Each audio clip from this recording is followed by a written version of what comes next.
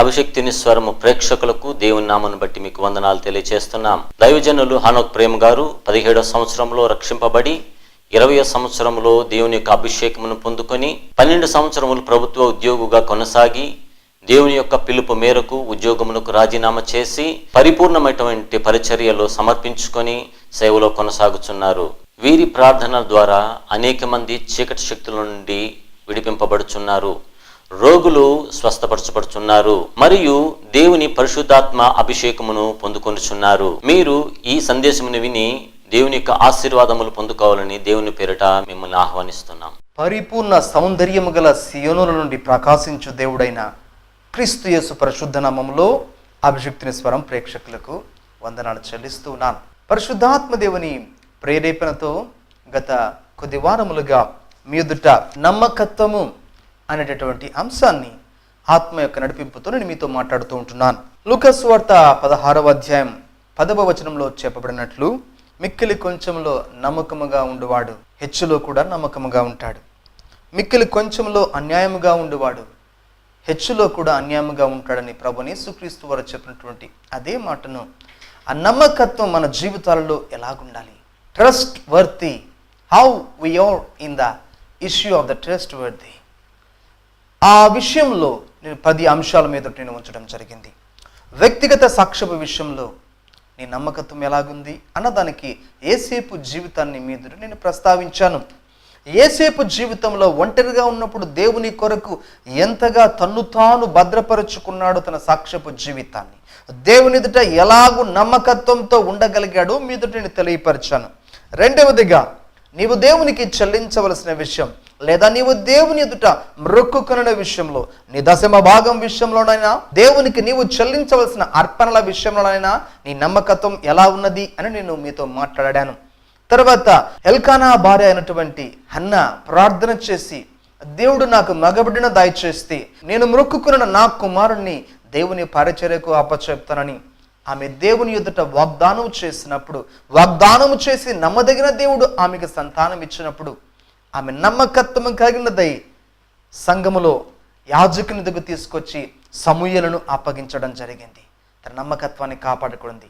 మన జీవితంలో ఎలాగున్నాం మనం సరి చేసుకుందాం.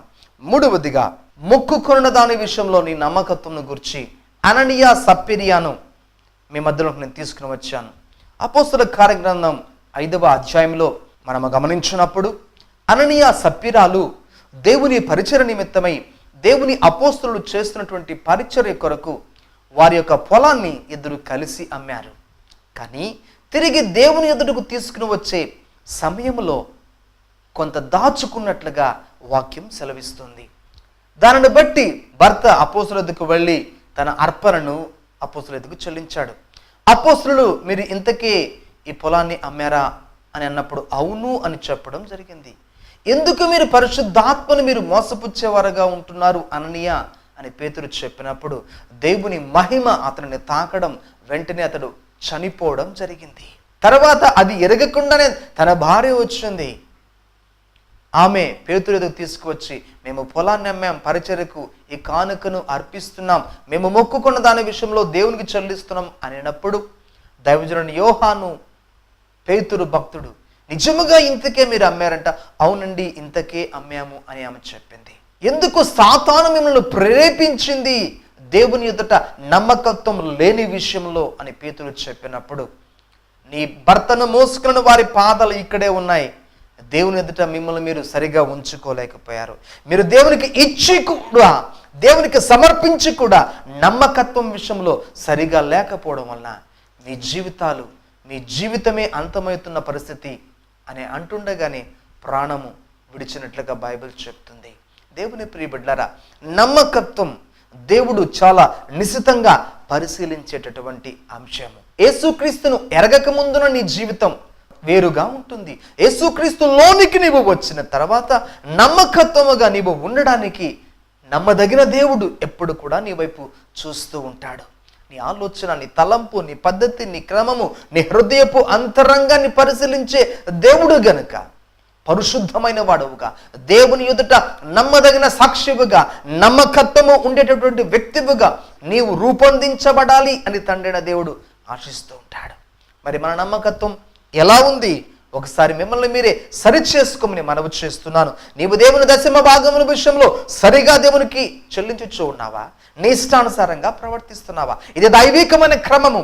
మనుషులుగా దైవ సేవకుడికి అధికారంగా అడగడానికి అధికారం లేదు, కానీ దైవ క్రమము చొప్పున అధికారికంగా అడుగుచూ ఉన్నాడు. నీవు చెల్లించి నీ ఆశీర్వాదాలను నువ్వు తీసుకో. నీవు నీ ఇష్టానుసారంగా చెల్లించి దేవుని భాగమును నువ్వు దొంగిలించి దేవుని ఎదుటే నీవు దొంగగా ఉంటావా?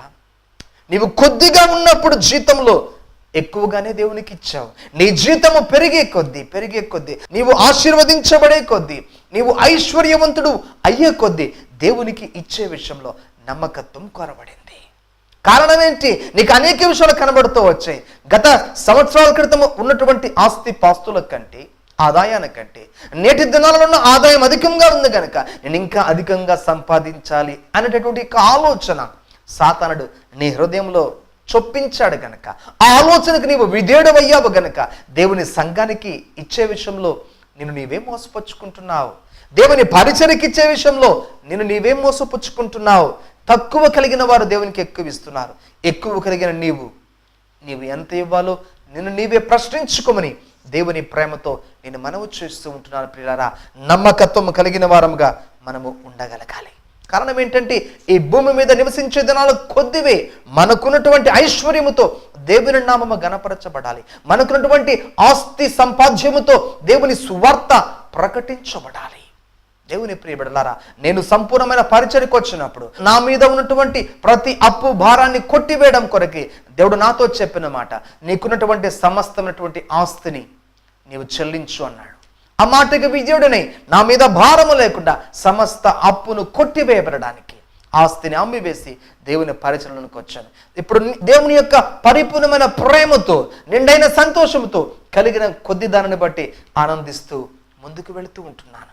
కారణం దేవుని యొక్క నమ్మకత్వానికి. ఎప్పుడైతే నేను ఆ క్రియను చేశానో దేవుని అభిషేకం నా మీద అధికం అవడం ప్రారంభించింది. దేవునికి స్తోత్రం, హల్లెలూయా. మూడవదిగా సమయం విషయంలో నమ్మకత్వం.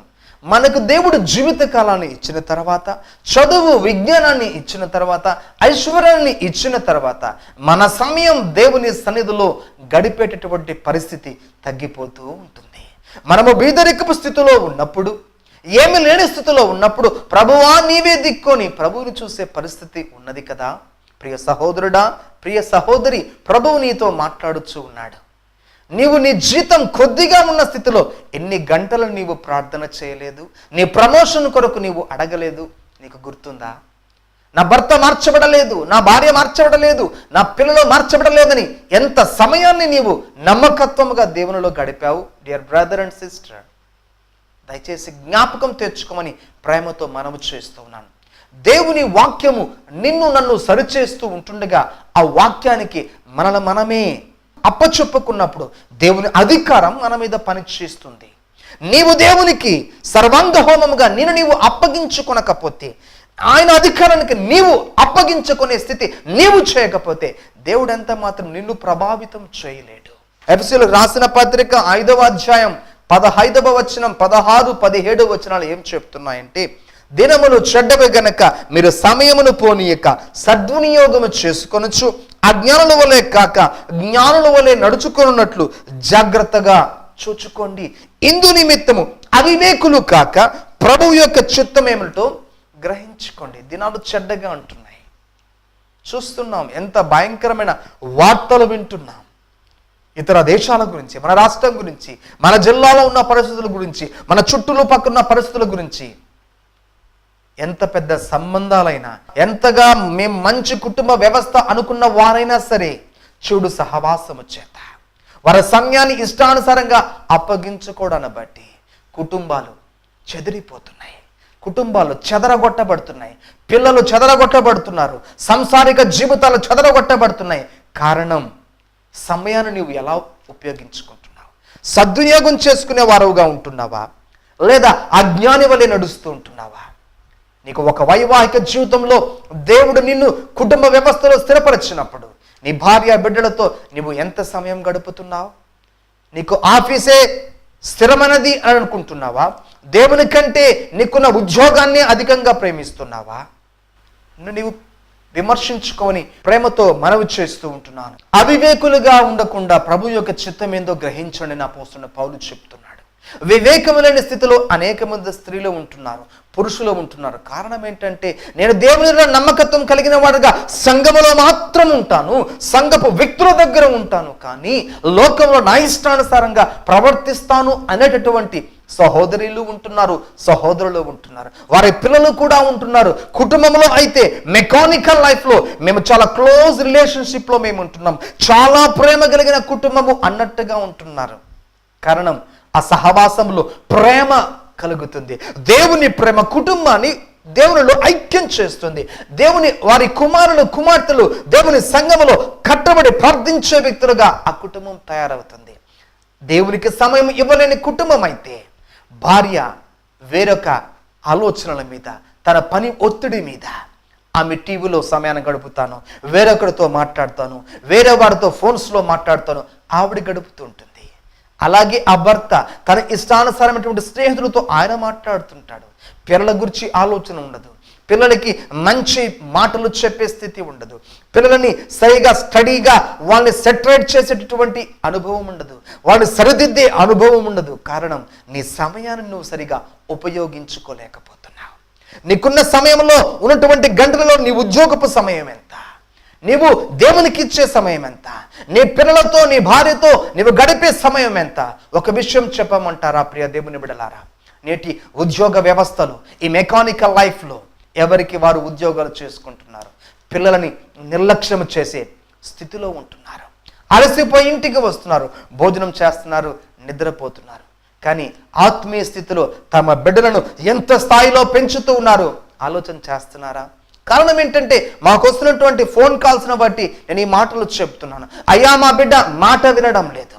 అమ్మ మీరేం చేస్తారు? నేను జాబ్ చేస్తున్నాను. బ్రదర్ మీరేం చేస్తారు? ఆయన ఇంకో చోట జాబ్ చేస్తున్నారు. మరి వారి కోసం మీరు టైం ఇవ్వాలి, వారిని సరిదిద్దాలి, ఆత్మీయంగా వారిని దేవుని లోతులోనికి నడిపించాలి, దేవుని ప్రేమను బాల్య దశలో నుంచే వారికి ఇచ్చే తల్లిదండ్రులుగా ఉండాలి అని మీరు అనుకుంటున్నారా లేదా? డియర్ బ్రదర్ అండ్ సిస్టర్, నీవు ప్రార్థించే తల్లిగా తండ్రిగా ఉన్నట్లయితే మాత్రమే నీ బిడ్డలో ప్రార్థనలో ఎదుగుతారు. నీ సమయాన్ని నువ్వు ఎలా ఇస్తున్నావు, ఎలా వెచ్చిస్తున్నావు? టీవీల దగ్గర గడుపుతున్నావా? కంప్యూటర్ దగ్గర గడుపుతున్నావా? క్రికెట్లతో ఇష్టానుసారంగా సమయాన్ని గంటలు గంటలు గడుపుతున్నావా? దేవునికి ఆదివారం మాత్రమే, ఆ 3 గంటల సమయం మాత్రమే. దాంట్లో లేటుగా వెళ్ళినట్లయితే ఉండేది 1 గంట లేదా 45 నిమిషాలు మాత్రమే. దేవుడిని దీవించి దీనస్థితి నుంచి గొప్పగా హెచ్చించి ఆశీర్వదించిన పిమ్మట నువ్వు ఎంతగా నీ సమయాన్ని వెచ్చిస్తున్నావు? నీ కుటుంబంతో సంతోషంగా ఉండగలుగుతున్నావా? లేదే. డబ్బు సమస్తానికి ఆధారభూతం కాదండి. దేవుని ప్రేమ ఒక కుటుంబంలో ఉండగలగాలి. అది ఎలా ఉంటుంది? నీవు దేవునికి సమయం ఇచ్చినప్పుడు మాత్రమే ఆయన స్తుతించే కుటుంబముగా నీవు ఉండాలని ప్రేమతో మనవి చేస్తూ ఉంటున్నాను ప్రియులారా. యోహాను సువార్త 12వ అధ్యాయం 35-36 వచనాలు. అందుకేసు, ఇక కొంతకాలం వెలుగు మీ మధ్య ఉండును, చీకటి మిమ్మును కమ్ముకొననట్లు మీకు వెలుగు ఉండగానే నడవండి. చీకటిలో నడుచువాడు తాను ఎక్కడికి పోవచ్చున్నాడు ఎరుగుడు. మీరు వెలుగు సంబంధులగునట్లు మీకు వెలుగుండగానే వెలుగునందు విశ్వాసం ఉంచుడని వారితో చెప్పాను. యెహోవా దొరుకు కాలంలో ఆయన వెతకడం ప్రారంభించాలి. ఆయన సన్నిధి దొరుకు కాలంలో ఆయన సన్నిధిని పట్టుకోవాలి. యెహోవా వెలుగుగా ఉన్నాడు, ఆ వెలుగును నీవు స్వీకరించావా? ఆ మహిమ చేత నీవు నింపబడ్డావా?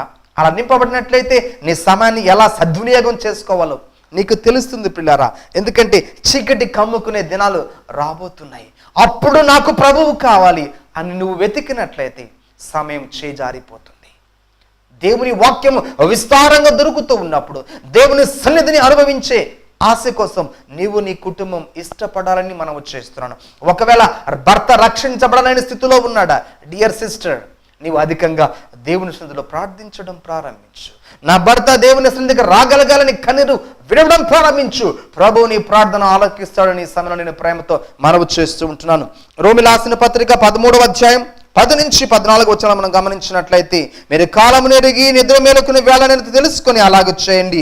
మనము విశ్వాసమైనప్పటికంటే ఇప్పుడు రక్షణ మనకు మరి సమీపముగా ఉన్నది. రాత్రి చాలా గడిచి పగులు సమీపముగా ఉన్నది గనుక మనము అంధకార క్రియలను విసర్జించి తేజస్ సంబంధమైనటువంటి ఈ ధూపకరణంలో ధరించుకుందాము. అల్లరితో కూడిన ఆటపాటలైన, మత్తైన లేక, కామ విలాసములైన, పోకిరి చేష్టలను లేక, కలహమైన, మత్సరమైన లేక, పగటి యందు నడుచుకున్నట్టుగా మర్యాదగా నడుచుకుంటాం.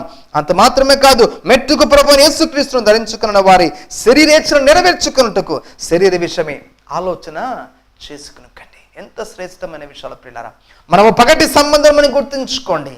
ఈనాటి దినాలలో సమయాన్ని డబ్బు అధికమయ్యే కొద్దీ పబ్స్లో అనేక మంది యవ్వనస్తులు గడుపుతున్నారు. యవ్వనస్తులు మాత్రమే కాదు, ఒక పురుషుడు ఇంకొక స్త్రీతో డ్యాన్స్ చేయడానికి ఇష్టపడుతూ పబ్లోకి వెళుతున్నాడు.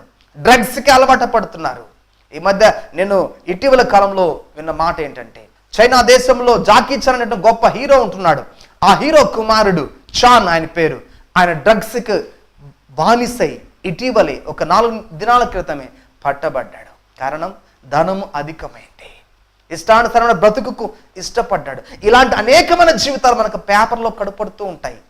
బిడ్డలు ఎక్కడో శ్రమ పొందిన తర్వాత తల్లి తండ్రి అటెన్షన్ చూపిస్తున్నారు. దేవుని ప్రియ బిడ్డలారా, నీవు ఉద్యోగంలో ఉంటే బిడ్డల మీద చాలా శ్రద్ధ చూపించు. దేవుని ప్రేమలో ప్రార్థనలో వాళ్ళని ఎదిగించేవాడుగా నీవు ఉండు.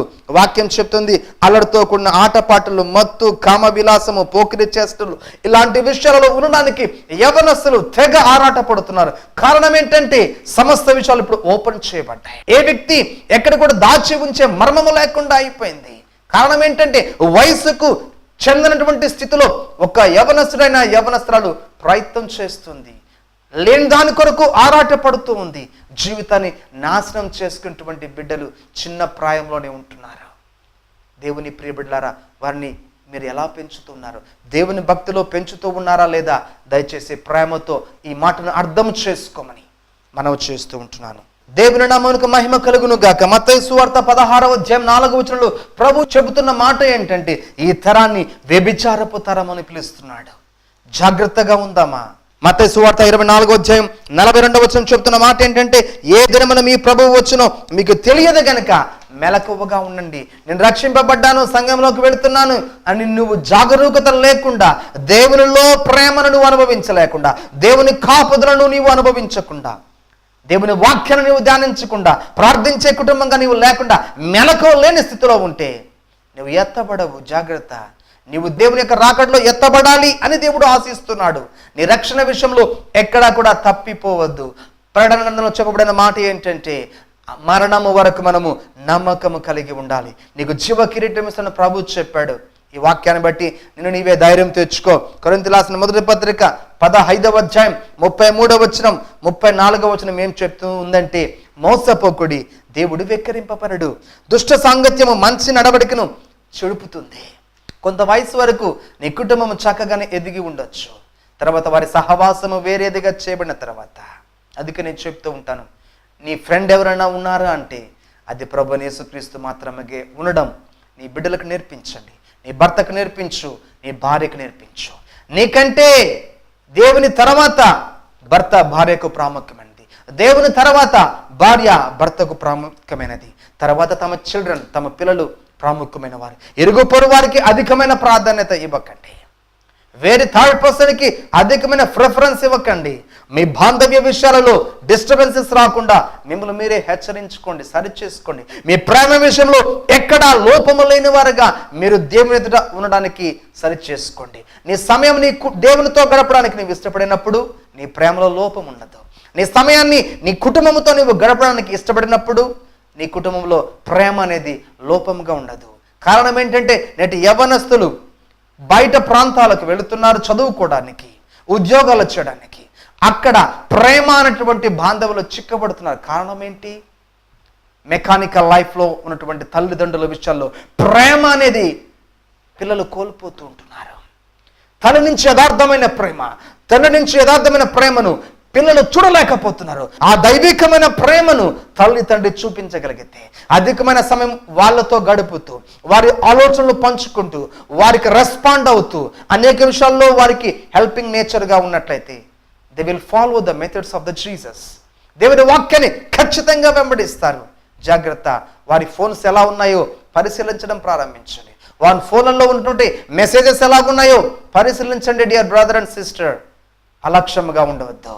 ఒకసారి చెయ్యి దాటిపోయిన తర్వాత యవనస్తుడైనా యవనస్తురాలైనా వారి గాయపడి తిరిగి వచ్చేంత వరకు నీ మాట అంగీకరించకపోతాడు, నీ మాటను అంగీకరించడు. జాగ్రత్తగా ఈ మాటను నీవు తీసుకోమని ప్రేమతో నేను మనవి చేస్తున్నాను. నీతి ప్రవర్తన గలవారే మేల్కొని పాపము చేయొద్దండి. దేవుని గురించిన జ్ఞానము కొందరికి లేదు. ఎస్, దేవుని గురించిన జ్ఞానము నీకు ఉన్నట్టయితే నీ కుటుంబాన్ని ఎలా కట్టుకోగలుగుతావో నీకు తెలుస్తుంది. డియర్ సిస్టర్, 3 రాళ్ళు తనకున్నటువంటి అజ్ఞానం చేత తన కుటుంబాన్ని ఊడబెరుక్కుంటుంది, తన సంసారాన్ని ఊడబెరుక్కుంటుంది. భర్త మాటకు లోబడదు, దేవునికి భయపడదు, పిల్లలను ప్రేమించదు. ఆ స్త్రీ తన కుటుంబాన్ని ఊడబెరుక్కునేదిగా ఉంటుంది. అహంకారాన్ని బట్టి, గర్వాన్ని బట్టి, తాను జీతం సంపాదిస్తున్నాను అనేటటువంటి స్వభావాన్ని బట్టి కొందరు జీవితాలలో, ఒకవేళ భర్త జీవితంలో జీతం కొద్దిగా ఉండొచ్చు, నీకు అధికంగా ఉండవచ్చు, కానీ నిర్లక్ష్యం చేయవద్దు. ఆయన నీ యజమానుడు. దేవుని పక్షముగా కుటుంబాన్ని కట్టుకునేదానుగా నీవు ఉండాలి. డియర్ సిస్టర్ ఇన్ క్రైస్ట్, దేవుని వాక్యాన్ని నీవెంత ప్రిఫరెన్స్ ఇస్తున్నావు? నీ కుటుంబంలో ఎప్పుడు స్తుతి ఉంటుందా లేదా? వాక్యం చెప్తుంది కదా కీర్తన గ్రంథంలో, నీతిమంతుని గుడారంలో సంగీత సునాదము, నీతి సునాదము, రక్షణ సునాదము వినపడుతూ ఉంటుంది. ఎప్పుడైతే ఆత్మ సంబంధమైన సంగీతము నీ కుటుంబంలో విడబడుతుంటుందో అది నీ కుటుంబాన్ని నడిపించడం ప్రారంభిస్తుంది. దేవుని నామమునకు మహిమ కలుగును గాక. ప్రియులారా, నీ యొక్క జీవితంలో నీవు బిజినెస్లో అలసిపోతున్నావా? నీ కుటుంబ సభ్యుల మధ్య ప్రేమ దొరికినప్పుడు నీవు రిలాక్స్ అవుతావు. దేవుని స్తుతించి ఆరాధించుతున్నటువంటి కుటుంబంగా నీవు ఉండగలిగితే నువ్వు రిలాక్స్ అవుతావు. లేనట్లయితే నీ సంతోషం కోసం వేరొక పరిస్థితిని వెతుకుతావు. మై డియర్ సిస్టర్, నీ యజమానుడికి ఆ స్థితి రానివ్వవద్దని మనము చేస్తూ ఉంటున్నాను. నీవే అధికంగా ప్రేమించేదానవు నా భర్తను అనేటటువంటి స్వభావము ఆయనలో కలగాలి. మై డియర్ బ్రదర్, నా భార్య నన్ను నాకంటే ఇంకొకరిని అధికంగా ప్రేమించదు అనేటటువంటి అర్థంలో నీవు తనని ప్రేమించగలగాలి. ఆమె పొట్టిగా ఉన్నా, పొడుగున్నా, ఎత్తుగున్నా, లావుగున్నా, సన్నగున్నా, ఇలాంటి సిచ్యువేషన్స్ ఉన్నా ప్రియులారా, దేవుడు మిమ్మల్ని జతపరిచిన తర్వాత ఏ స్థితిని బట్టి మీరు వేరుపరచబడడానికి సాతానికి అవకాశం ఇవ్వకండి. మీ కుటుంబాన్ని దేవునిలో కట్టుకోమని, మీ సమయాన్ని దేవుని ఈ విషయంలో నమ్మకత్వముగా ఉండమని ప్రేమతో మనవి చేస్తూ ఉంటున్నాను. పేతురు రాసిన మొదటి పత్రిక 4వ అధ్యాయం 7వ వచనం చెప్తుంది, అన్నిటి అంతము సమీపమై ఉన్నది, మీరు స్వస్థ బుద్ధి గలవారి ప్రార్థన చేయుటకు మెలకువగా ఉండండి. మీ యొక్క బుద్ధిలో స్వస్థత కలగాలి, నీ నేచర్లో మార్పు కలగాలి. అలా ఉన్నప్పుడే నీకు మెలకువ కలుగుతుంది. అరే, నా కుటుంబాన్ని వివాహమైన 2 సంవత్సరాల్లో నేను ఎలా కట్టుకున్నాను, 5 ఏళ్లలో ఎలా కట్టుకున్నాను, 15 ఏళ్లలో నేను ఎలా కట్టుకుంటున్నాను, 25 ఏళ్లలో నా బిడ్డలో వయసు ప్రయాణికి వచ్చిన తర్వాత నా కుటుంబాన్ని నేను ఎలా కట్టుకుంటున్నాను అనే వివేచన డియర్ బ్రదర్ అండ్ సిస్టర్ మీకుందా? మీ సమయాన్ని మీరు ఎలా మోల్డప్ చేసుకుంటారో, ఎలా బిల్డప్ చేసుకుంటారో దానిని బట్టే మీ బ్లెస్సింగ్ ఉంటుంది. ఎంత అధికమైన సమయాన్ని దేవునికి ఇస్తారో అంత అధిక విధంగా అత్యంతమైనటువంటి ఆశీర్వాదం మీ మీదకి దిగి వస్తుంది. దేవుని ప్రేమించేవారిని ఆయన ఆస్తికర్తలుగా చేస్తాడు. పరలోకంలోనే శ్రీమంతులు కాదు, ఈ భూమి మీద సైతం దేవుడు మనకిచ్చిన ప్రతి ఆశీర్వాదాన్ని మనము అనుభవించగలుగుతాం. మా జీవితంలో మేము చూడగలుగుతున్నాం. మా తల్లిదండ్రుల జీవితంలో కొద్ది ఆశీర్వాదాలు ఉంటే మా తరములో ఆశీర్వాదాలు అధికమయ్యాయి. మా పిల్లల తరములో ఇంకా అధికం అవుతాయి. దేవునికి స్తోత్రం, హల్లెలూయా. కారణం దేవుని విషయంలో కొద్దిపాటిగా మేము నమ్మకముగా ఉండడానికి ఇష్టపడుతున్నాము కనుకనే. కాబట్టి ధైర్యంగా చెప్తున్నాము, దేవుడు చెయ్యి విడువడు, నేను విడువడు, ఎడబాయడు, నిత్యము నీకు తోడుగా ఉండడానికి ఆయన ఇష్టపడుతున్నాడు. కానీ నీవు నీ కుటుంబం దేవుని అధికారానికి అప్పచెప్పుకోమని ప్రేమతో మనవి చేస్తూ ఉంటున్నాను. కొలస్సీయులకు రాసిన పత్రిక 4వ అధ్యాయం 5, 6 వచనాలు మనం గమనించినట్లయితే, సమయము పోనీయక సద్వినియోగం చేసుకొనొచ్చు, సంగమునకు వెలుపటి వారడిలా జ్ఞానము కలిగి నడుచుకోండి. సద్వినియోగం చేసుకున్న సమయంలో నీవు ఉన్నట్లయితే సంఘానికి వెలుపటి వారిలో కూడా జ్ఞానంగా నీవు ప్రవర్తించాలి. ఎలాగంటే ప్రతి మనుషునికి ఎలాగో ప్రత్యుత్తరం ఇవ్వలను అది మీరు తెలుసుకున్నట్టుకే మీ సంభాషణ ఉప్పు వేసినట్లు ఎల్లప్పుడూ రుచికలదిగాను కృపా సహితముగాను ఉండనియండి. హల్లెలూయా. మన సంభాషణ ఇతరులు ఇష్టపడేదిగా ఉండాలి, కష్టపడి నొచ్చుకునేదిగా ఉండకూడదు. మన మాటలు గాయపరిచేదిగా ఉండకూడదు, ఇతరుల గాయాలు మనపాలి. అందుకనే భక్తుడైనటువంటి బెర్క్మన్స్ గారు ఆయన పాడుకున్నటువంటి పాట ఏంటంటే, నా తలంపులు ప్రభువా నీ తలంపులతో నింపబడాలి, నా ఆలోచనలు నీ ఆలోచనతో నింపబడాలి, ప్రభువా నా చిత్తము నీ చిత్తముతో నింపబడాలి, నీ భారం నా హృదయ నాడిగా మారాలి, నా హృదయం యొక్క పల్స్గా మార్చబడాలని భక్తుడైనటువంటి బెర్క్మన్స్ గారు పాడుకున్నారు. తన జీవితంలో ఆలోచన అలాగే ఉంది, తన జీవితపు పరిచర్య కూడా అలాగే ఉంది. పిల్లారా, నీ కుటుంబ వ్యవస్థ విడిచిపెట్టేసి సేవకు రమ్మని నేను చెప్పడం లేదు. నీ కుటుంబంగానే కట్టుకోవడం, దేవుని స్తుతించడం, ప్రార్థించడం, సంఘంలో గొప్పగా ఉండడం ప్రయత్నం చేయడం ప్రారంభించు. సంఘపు వాక్యం మాత్రం నీకు సరిపోదు. కుటుంబంగా వాక్యాన్ని ధ్యానించండి. కుటుంబంగా దేవుని స్తుతించడం ప్రారంభించండి. నీకు ప్రార్థించడం తెలియదా? 10, 20, 30 పాటలు కంటిన్యూస్గా పాడుకోవడం ప్రారంభించండి. దేవుని స్తుతి మహిమ మీ మీదకు దిగి వస్తుంది. దేవునికి స్తోత్రం, హల్లెలూయా. చివరిగా కొలస్సీయులకు రాసిన పత్రిక 3వ అధ్యాయము 15వ వచనం 16వ వచనం ఏం చెప్తుందంటే, క్రీస్తు అనుగ్రహించే సమాధానము మీ హృదయాలలో ఏలుచుండనియండి. దేవుడిచ్చే సమాధానం మనలో నిత్యము ఉండగలగాలి. ఎప్పుడు ఆ సమాధానం వెళ్ళిపోతుందంటే, నీ ఆలోచన, నీ తలంపు, నీ గమనము, నీ క్రియ దేవునికి విరోధంగా ప్రవర్తిస్తూ ఉన్నామనుకో, ఆలోచిస్తున్నాం అనుకో, నీ తలంపులు వేరే విధంగా వెళ్ళాయనుకోండి, తారుమారయ్యే పరిస్థితి వచ్చిందనుకోండి, దేవుని సమాధానం నీ నుంచి తీసివేయబడుతుంది. నా సమాధానం నిత్యం నాలో ఉండాలంటే ఏం చేయాలి? పౌలు చెప్తున్న మాట ఏంటి అంటే, సంగీతములతోనూ కీర్తనలతోనూ ఆత్మ సంబంధమైన పద్యములతోనూ ఒకరికి ఒకడు బోధించుచు బుద్ధి చెప్పుచు కృపా సహితముగా మీ హృదయములలో దేవుని గురించి గానం చేస్తూ సమస్త విధములైన జ్ఞానముతో క్రీస్తు వాక్యము మీలో సమృద్ధిగా నివసింపనేయండి. క్రీస్తు వాక్యము మీలో సమృద్ధిగా నివసింపనేయాల. నీవు స్తుతించినా, నీవు ఆరాధించినా, నీవు క్రొత్త పాటలు పాడినా, ఆయన నామాన్ని గణపరిచినా, నీవు ఏ క్రియ చేసినా సరే క్రీస్తు వాక్యము నీలో సమృద్ధిగా నింపబడాలి. అది నిన్ను నడిపించేదిగా అది చేయబడాలి. ఆ క్రీస్తు వాక్యము నీ జీవితంలో తండ్రి అయిన దేవుని కృతజ్ఞతాస్తుతులు చెల్లించేదిగా చేస్తుంది.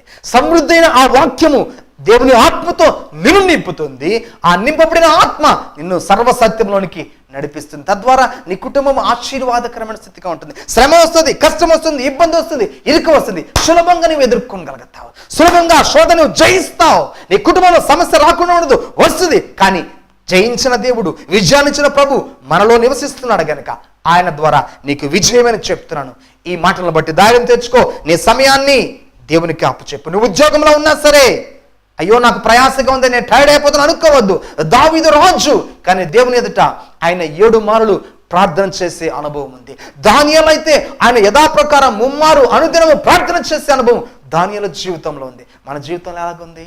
కనీసం అరగంట సమయమన్నా మన దేవుళ్ళ ప్రార్థన చేస్తున్నామా? అరగంటైనా దేవుని వాక్యాన్ని ధ్యానించడానికి మన మనస్సుకు బుద్ధి చెప్తున్నామా? మన మనస్సుకి ఆలోచన ఇస్తూ ఉన్నామా? నీవే దేవుని విషయంలో సాధన చేసుకోవాలా? వేరొకరు కాదు, నీకు నీవే దేవభక్తి సాధన విషయంలో నీకు నీవే సాధన చేసుకో. పౌలు చెప్తాడు తిమోతికి మాటలు. నేను ముగిస్తూ ఉన్నాను. దేవుని మాటల ద్వారా మీరు హెచ్చరించబడ్డారని నేను ఇష్టపడుతున్నాను. దేవుని వాక్యం ద్వారా మీరు హెచ్చరింపబడ్డారని నేను నమ్ముచూ ఉన్నాను. మీరు దేవుని యొక్క బలము, శక్తి కావాలన్నట్లయితే టీవీ వైపు మీ చేతులు చూపడం ప్రారంభించండి. మీకోసం నేను ప్రార్థన చేయబోతున్నాను. తండ్రి అయిన దేవుడా, నీకు వందనాలు, స్తోత్రాలు చెల్లిస్తున్నాను ప్రభా. సమయమును పోనీ యొక్క సద్వినియోగం చేసుకుని నీ వాక్యం ద్వారా ఎదుగో నీ బిడ్డలతో నేను మాట్లాడాను ప్రభా. ఎంతమంది తన కుటుంబ జీవితంలో ప్రభా తండ్రి దేవుని ప్రేమను కుటుంబంలో కోల్పోయి ఉంటున్నారు. అట్టి ప్రేమ రిస్టోర్ కావాలని చెప్తున్నాను తండ్రి. దేవుని ప్రేమించడం ద్వారా ఆ తల్లి తండ్రి బిడ్డలను ప్రేమిస్తారు. ఆ భార్య భర్త ఒకరిని ప్రేమించుకుంటారని దేవుని వాక్యం చెప్తుంది. మొట్టమొదటిగా నిన్ను ప్రేమించే మనస్సు ఇవ్వండి, నీ వాక్యాన్ని ప్రేమించే మనస్సు ఇవ్వండి ప్రభా. నిన్ను స్తుతించడం, ఆరాధించేటువంటి మనస్సుని ఇవ్వమని అడుగుతున్నాను ప్రభా. ప్రభా నిన్ను ప్రేమించేటువంటి అటువంటి గొప్ప హృదయాన్ని తండ్రి ప్రభా వాక్యాన్ని చూస్తున్నా ఈ కుటుంబాలకు అనుగ్రహించమని కోరుతున్నాను. In the name of Jesus Christ of Nazareth, I release that grace. Take it in Jesus' name. Take it in Jesus' name. Take it in Jesus' name. ప్రతి విధమైన భారాన్ని ఇప్పుడే కొట్టివేస్తున్నాను. భార్య భర్తల సమస్యను యేసుక్రీస్తు నామము పేరిట ఇప్పుడే కొట్టివేస్తున్నాను. ప్రతి సులువుగా చిక్కులు పెడుతున్నటువంటి ప్రతి సమస్య నజరేయుడైన యేసుక్రీస్తు నామములో మీ కుటుంబం నుంచి బయటకు చెప్తున్నాను.